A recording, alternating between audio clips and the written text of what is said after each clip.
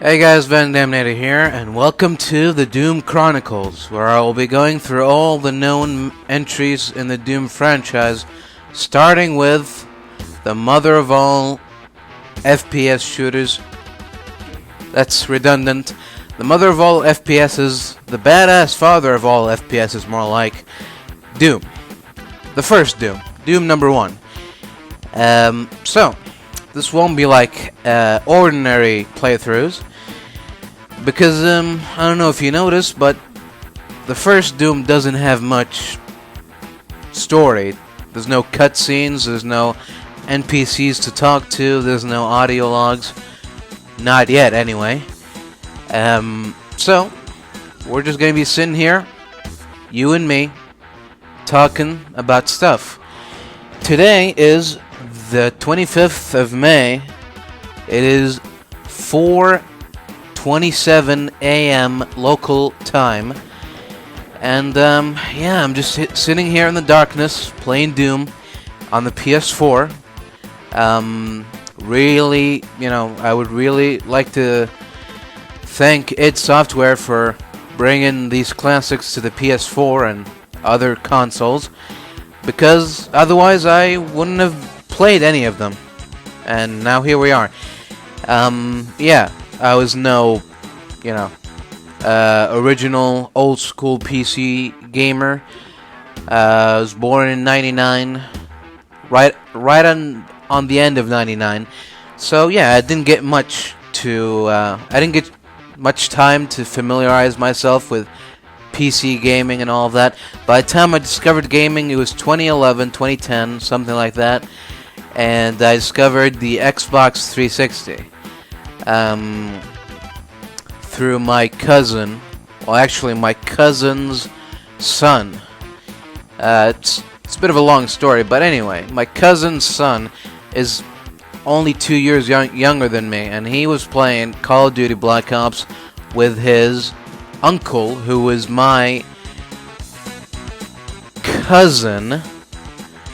Again, very strange, but anyway, that's not the point. The point was, I was like, hey, what are you doing there? He was like, I'm playing Call of Duty. I was like, what's that? I never heard of that. And he was like, it's a game where you shoot people. And I was like, well, sounds fun. Can I try it?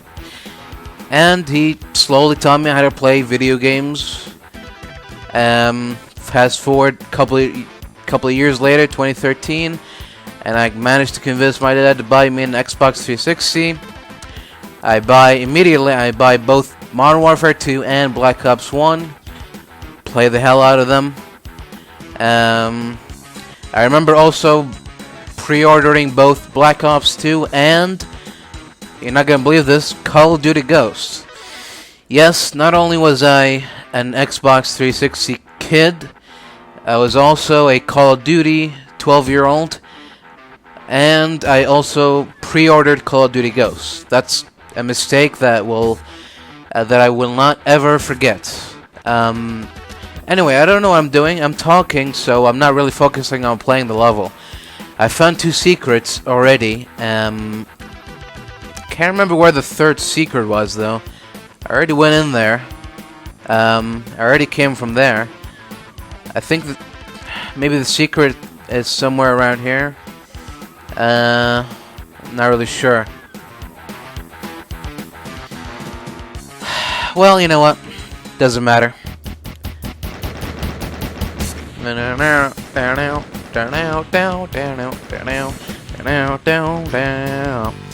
Alright, so that was the legendary E1M1, and now we're moving on to the real game. E1M2 Nuclear Plant. Song is Imp's Song, if I remember right. So anyway, I'm just gonna sit here and talk about random topics. More like. So let's talk about Doom and how well it's doing right now. It really managed to revive an old, desiccated corpse and make something beautiful out of it. In a very cathartic, very, violent way. But beautiful at the same time. Yeah. I don't know if you heard about a game called Doom 3. I certainly haven't. Like I said, I wasn't raised in the olden days. One of the first games I played is Modern Warfare 2, so that should let you know what kind of person you're dealing with here. So yeah, anyway, apparently Doom 3 came and it destroyed everything. It was like the Star Wars prequels to the Doom franchise. It ruined everything, and the Doom franchise was dead, and no one ever thought it would be coming back again for anything, for any reason. But fast forward a couple of years, and the teaser for Doom 4 appears, and people are skeptical, obviously. They see some gameplay demonstrations, they see some trailers, they start, getting hope, getting their hopes up. And then the game comes out, and it blows everyone away. Yeah, and that's basically my experience with Doom 4. I don't know if you know this, but I actually played Doom 4 before I played Doom 1, 2, or 3. I still haven't played 3. I only managed to beat Doom 1 and 2. I wanted to savor the experience of me playing Doom 3 for the first time on this channel, so you're welcome, everyone. No secret here. Yeah, Doom 4. It was an incredible game. It got me hooked. In a way, without Doom 4, I wouldn't have been convinced to buy and play the old Doom games. But I can tell you that playing Doom 4 before... Oh, there's the exit. Playing Doom 4 before playing Doom 1 and 2 is really a strange experience. I imagine a lot of people played Doom 1 and 2 before Doom 4, but that wasn't the case for me. Here we go, E1M3, Dark Halls, I think the song is called. And also, this is the level where the secret level is located. The door to the secret level. So we should probably keep an eye on that. So anyway, what was I talking about? Oh, nice double kill. I was talking about... right, yeah. Playing Doom 4 before Doom 1 and 2. So I played Doom and 2, and, I don't need to tell you this. Doom 4 was intense. Fast-paced, non-stop action. Well, there were a couple of stops here and there. But that set me up for something different than what Doom 1 and 2 really turned out to be.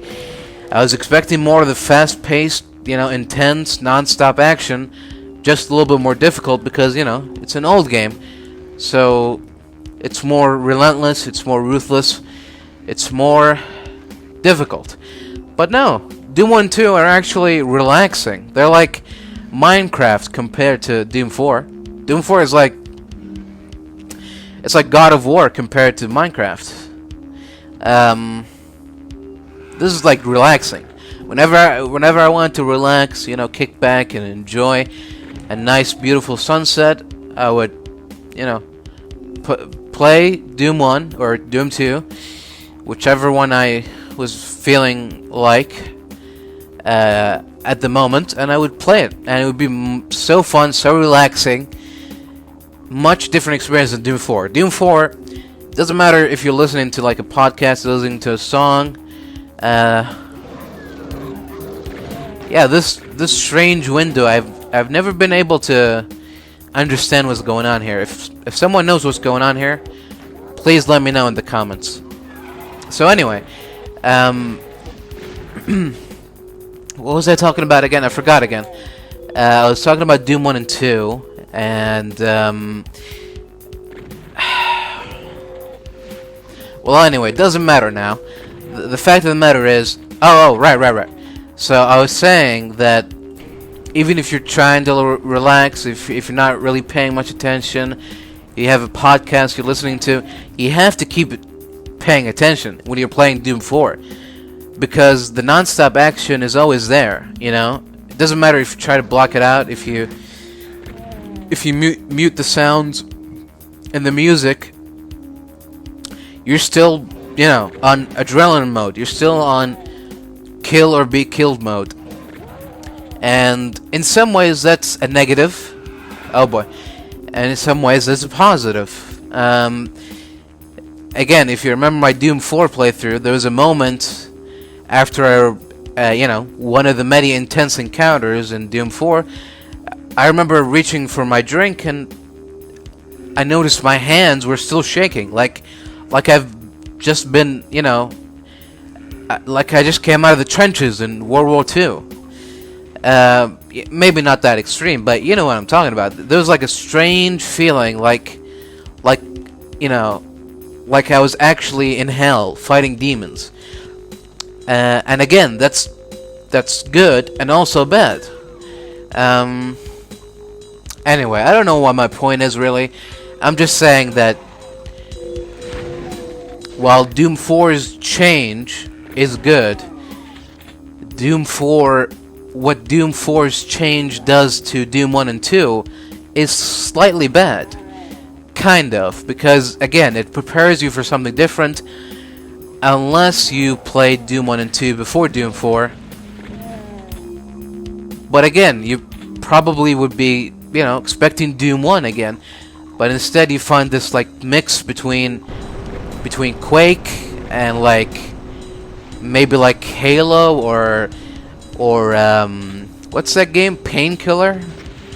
Something among those lines. Not like this, what I'm doing right now, Doom 1 and 2. I mean, if I was playing Doom 4 right now... Oh, fuck, I didn't find the secret entrance. Well, it doesn't matter. Who cares? This isn't like a 100% playthrough.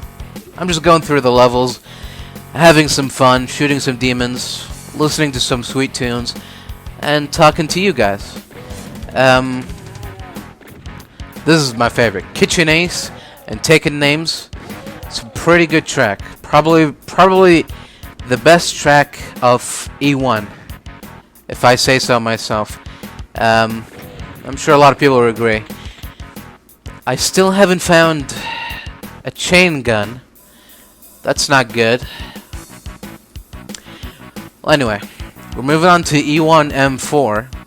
We're already halfway there to A1 M8, in which a certain pair of new enemies await us. If you, by any chance, still haven't played the original Doom game, what are you doing? It's on the PS4. It's on the Xbox One. It's even on the Nintendo Switch. There's no excuse for you. Go and download it and play it. It's like $5. $5 each, and you get one of the best FPS games to date. I mean, this is 1994, folks. This came out before the original Fallout game. Okay? I love Fallout. I love Fallout 1, Fallout 2, Fallout New Vegas, and that's about it. I love those 3 Fallout games. But look at this. This is 1994, and to this date, I would prefer to play this compared to any modern new shooters of this year or this decade even. Halo? No. Call of Duty? No, thank you. Doom? Yes. I'll play Doom. Thank you very much. Please give me Doom. Maybe Bulletstorm. Maybe. Bulletstorm is fun, but it is hindered by the amount of scripted events and cutscenes and story. There's not much room for, shooting and having fun. This is what makes Doom great. Like I said, there's no story, there's no cutscenes, there's no damsel in distress. It's just you and the armies of hell. And there's no one else here. There's no one that can stop you. Unless you count the co-op Doom guys. Maybe. But other than that, it's just you and some demons, and you're just, Kitchen Ace and taking names. So yeah, incredible. Okay, that's enough. That's enough on the old. That's enough sucking on the old Doom schlong. Let's talk about something else. Let's see. What can we talk about? Well, let's talk about the upcoming games. I'm obviously most excited for Cyberpunk 2077. I think a lot of people are. I think Witcher fans are. I think CD Projekt Red fans are. I think Cyberpunk fans are. I think casual gamers are. And I think RPG players in general are excited to have a full-fledged actual RPG compared to the, current RPGs that we are getting. That are much, much more dumbed down. Excuse me. Games like Anthem, Fallout 76. The list goes on. Thankfully, we have Obsidian and, of course, CD Projekt Red. Still, still holding on. Still standing their ground on the seemingly unwinnable hill that is a good single-player RPG can still sell good in these modern days. Doesn't matter how old you are, doesn't matter what your preference is. If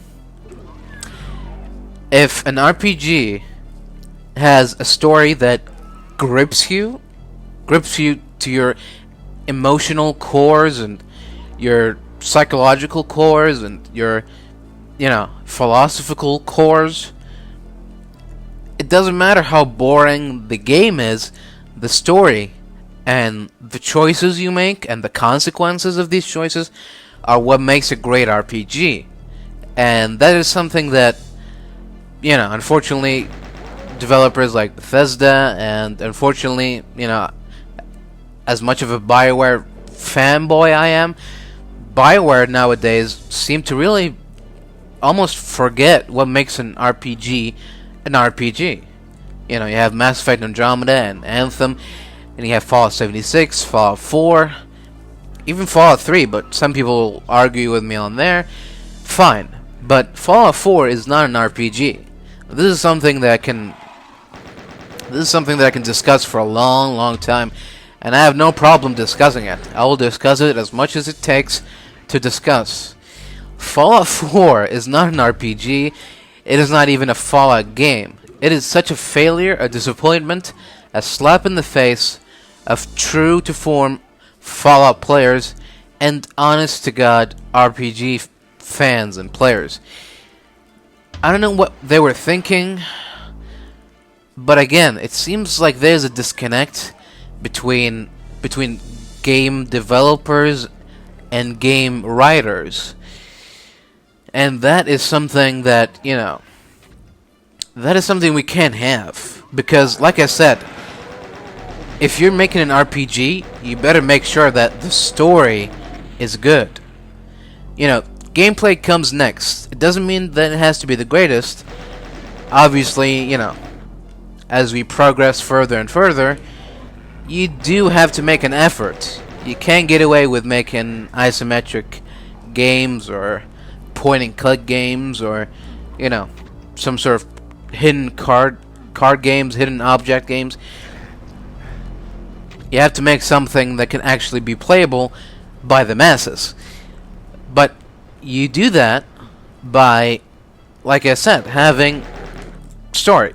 The first thing you need to focus about is the story. What story are we going to tell? How are we going to tell it? Where will it go? Where will it end? How will it end? And how will it affect the game itself and the player? Because some games have incredible stories, but they're not RPGs. And that, really just disappoints me to see that non-RPG makers are making better RPG stories and just better stories in general than, RPG developers. like Red Dead Redemption 2. Red Dead Redemption 2's story is great. Okay, I don't think I'll get much arguments here about this. But the thing is, it's not an RPG, and it doesn't have to be. That's not the point. What I'm saying is, the story there grips you. That you don't care that you're riding around on horses for half of the game.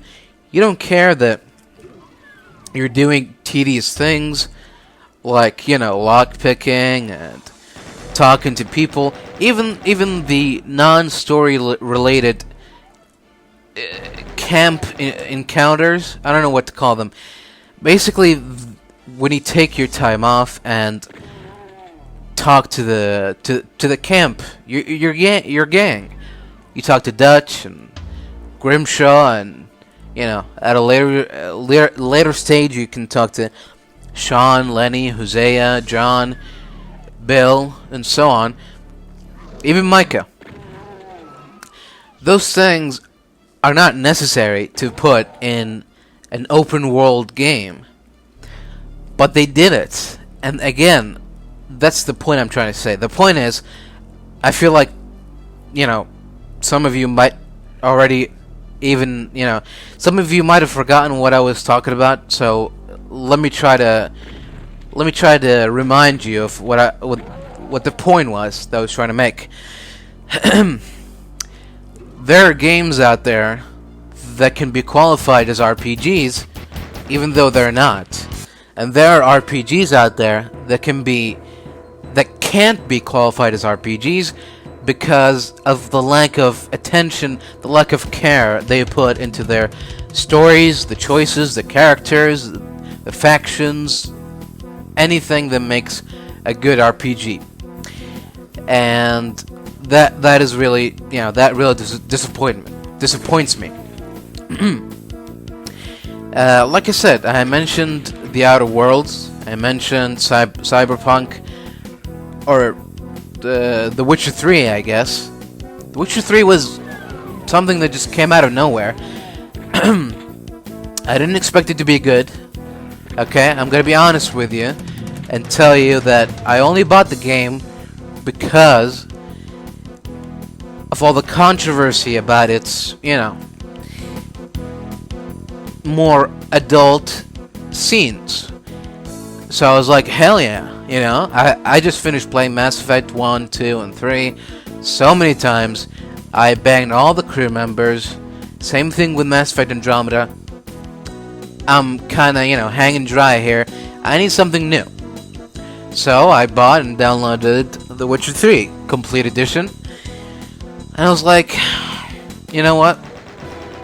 Maybe I should also record it. And record my reactions to the event. Whatever, whichever way the story goes. And that was the gameplay video that you saw. It's kind of hard to tell, but most of the reactions you might see me do, excuse me, they are actually somewhat genuine. Sometimes I might be faking, but other times I'm not. And anyway, again, my point is, The Witcher 3 had no right to be good. It could have been just as disappointing and underwhelming as Mass Effect Andromeda. But the fact that it did so much, it offered so much, almost to an extreme point, and basically delivered for a large amount of its content, including the DLC, is something incredible, something that, I will forever commend CD Projekt Red on, which, makes me really excited for Cyberpunk. But anyway, I don't really want to, I've forgotten what I'm talking about. Let's talk about something else. Let's talk about Mortal Kombat and the way NetherRealm is taking Mortal Kombat. It's To sum it up, it's disgraceful, really. It's tasteless. It's shameless. It's downright offensive. I don't know. Again, this is like what I'm talking about. The disconnect between game developers and writers. The game developers are there to make money, okay? They want to work on a game. They don't care what the game is. They just, someone from management comes up and tells them, hey, I want you to make a game about ninjas fighting soldiers. And he's like, done, I'll do it. Okay, anything else? No. Great. He starts working on it. Now it's like, well, we need a story to accompany this ninja fighting game. Well, I don't know. I heard a guy, I saw an ad on Craigslist about a guy who writes for video games. What do you think? It's like, well, how much does he want? He's like, he works $5 a month. Great. Bring him in. They bring him in. They show him a brief summary of Mortal Kombat, the characters, and the story, the setting, and all of that. And he's like, got it. Don't worry. I can do this. And they're like, yeah, we don't care. As long as the game sells, doesn't matter how good your story is. I feel like that's what's going on. Because, if you don't believe me, just go look at the Mortal Kombat event when Ed Boon came out and first showed the game to everyone. If you notice, he shows a small part, a little teaser of the story. Nothing much to go on. He just introduces Chronica to the game, talks about it a little bit, and then moves on. Then he moves on to what? He moves on to gameplay. He shows you the fighting, the customization, all of that. He doesn't obviously show you the tedious crypt and the Towers of Time, but my point is, a fighting game doesn't necessarily have to have a good story, but if you bother yourself by making a story mode, then why not go the extra mile and make it good, make it worth something? That is what puzzles me so much. It's like you have so many great characters, so much potential, and you waste it, and you don't even care. You just move along, It's like, what are you doing? Why are you doing this? Do you want to alienate your fan base, and only from the ashes, you want the fan base that are loyal to you no matter what, only because, you give them like known guest fighters like Terminator and RoboCop and Spawn. It's like, that's not Mortal Kombat. I'm fine with guest characters. There's nothing wrong with that. But when they take as much space as the Mortal Kombat characters, that's when I start getting like, almost like, well, not offended, but I don't know, confused, somewhat agitated, because it's like, what are you doing? Do you know how much your fan base are loyal to you, and do you know how much more loyal and respectful they will be if you actually give them what they want for once in your life? But no, they don't care, People like Melina, they want Melina back in the Mortal Kombat games. Ed is like, hey, fuck you guys, we're not bringing back Melina no matter what you say. Now sure, you can, it's a touchy subject because people have basically detached their humanity and installed a Melina requesting chips and called themselves Melina fans. You're not Melina fans, you're just annoying people. And I understand that, I go on Twitter and I see all of the requests from Melina, and I remember when, Kobe Bryant died and Ed was posting tweets about it, and people didn't care. They were just like, hey, when Spawn's gonna arrive? I want Melina. Hey, that's great and all, but what about Combat Pack 2? Can you release these old maps? Can you give us ultimate MK3 Scorpion. It's like, guys, there's a time and a place for all this stuff, and it's not here. Anyway, back to my subject, which was how badly NetherRealm has been treating Mortal Kombat. Again, you don't have to talk to me about this. There are people out there who are more qualified than me, and I'm more than happy to let them do the talking. But even I wanted to talk about this because I'm annoyed. Like I said, this isn't right. Okay? You have so much potential in your hands, and instead of making a beautiful cake, instead of making a beautiful chocolate cake, you're instead just smearing chocolate on your dick and writing on the wall with it. It's like, okay, that's one creative method to use the content you've been given, but that's not really what we're thinking of. This is what I think of when Mortal Kombat releases a new character, and they just, before it even comes out, they just butcher it right in front of your eyes, and it's like, here you go, fuckers. You like Mortal Kombat so much? You like Sindel so much? Well, guess what? She's evil for the third time, and there's nothing you can do to change that, okay?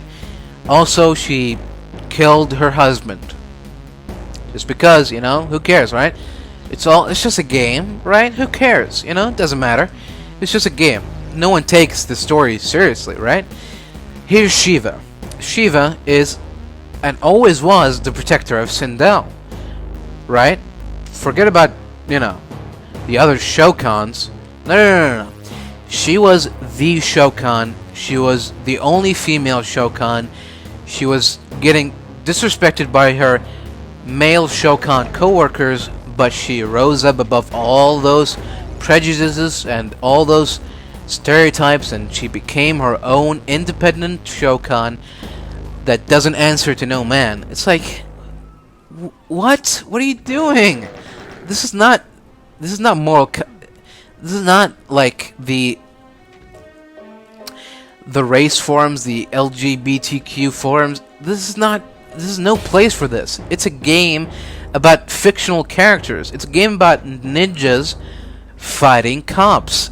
This has no place in this.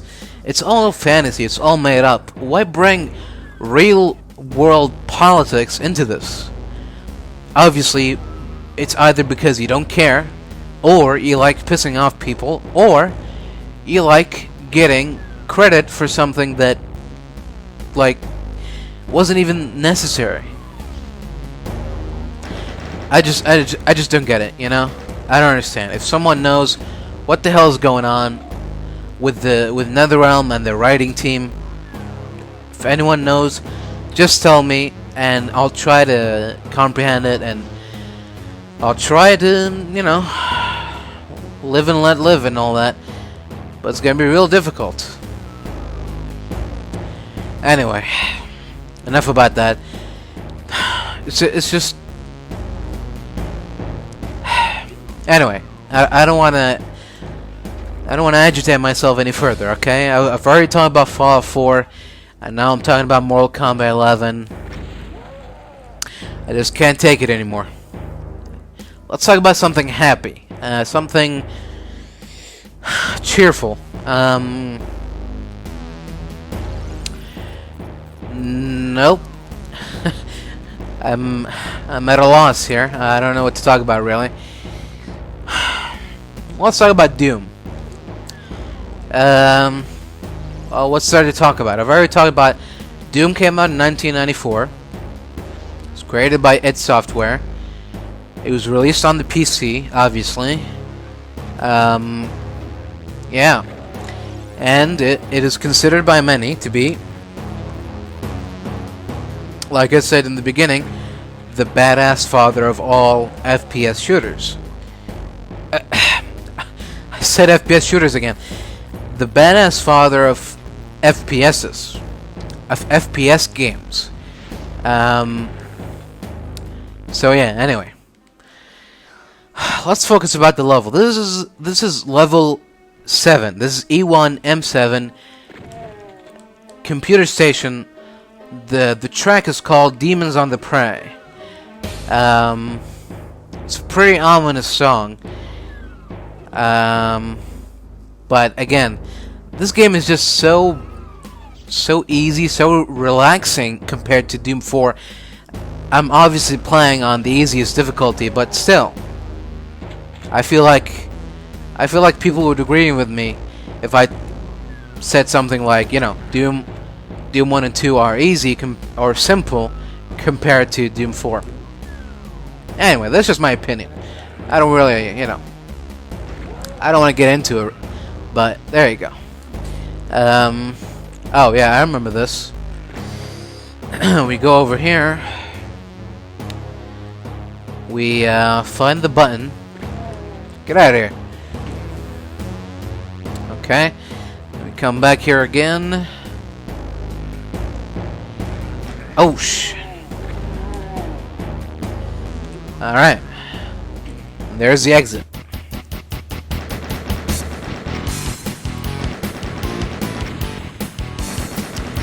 I wanted to get all the secrets and stuff, but I'm getting more interested in my own conversations than actually, you know, playing the game. Well, anyway, it doesn't matter now. We're at the end. This is E1M8, the Phobos anomaly. But I think it's better known as the level where you meet Barons of Hell. And this is an awesome track. It's not the best track. It's not like a rockin' track that gets your heart pumping, but it really sets the stage of what's to come. Again, I'm not gonna spoil much. I already told you that we're about to face the Baron of Hell. The Barons of Hell, actually, too. I don't know why two of them are here. Maybe the Spider Mastermind doesn't trust only one Baron to get the job done, but here we are.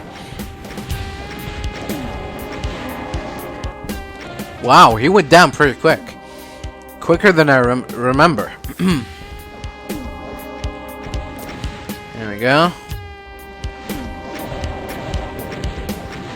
When I first played this, it confused me because, well, obviously I knew the Barons of Hell were waiting for me, but I thought this red floor is lava, so I was only stuck on the stairs trying to kill them. I didn't have much mobility, and that kind of screwed me over. But now I know that it's not lava. Well, not right now. I've known for a long time. Anyway, so here we are. We've defeated the Barons of Hell and all the armies of Hell. We're done. Let's go home, boys. Oh, oh, what's this? What's happening? Oh my god, it's an ambush. Oh, I'm not gonna let you take me down. Not without a fight, you fuckers. Oh, I killed them all. But I'm still burning in lava. Once you beat the big badasses and clean out the moon base, you're supposed to win. Aren't you? Aren't you? Where's your fat reward and ticket home? What the hell is this? It's not supposed to be. It's not supposed to end this way. Stinks like rotten meat, but looks like the lost Deimos base. Looks like you're stuck on the shores of hell. The only way out is through. To continue the Doom experience, play The Shores of Hell and its amazing sequel, Inferno.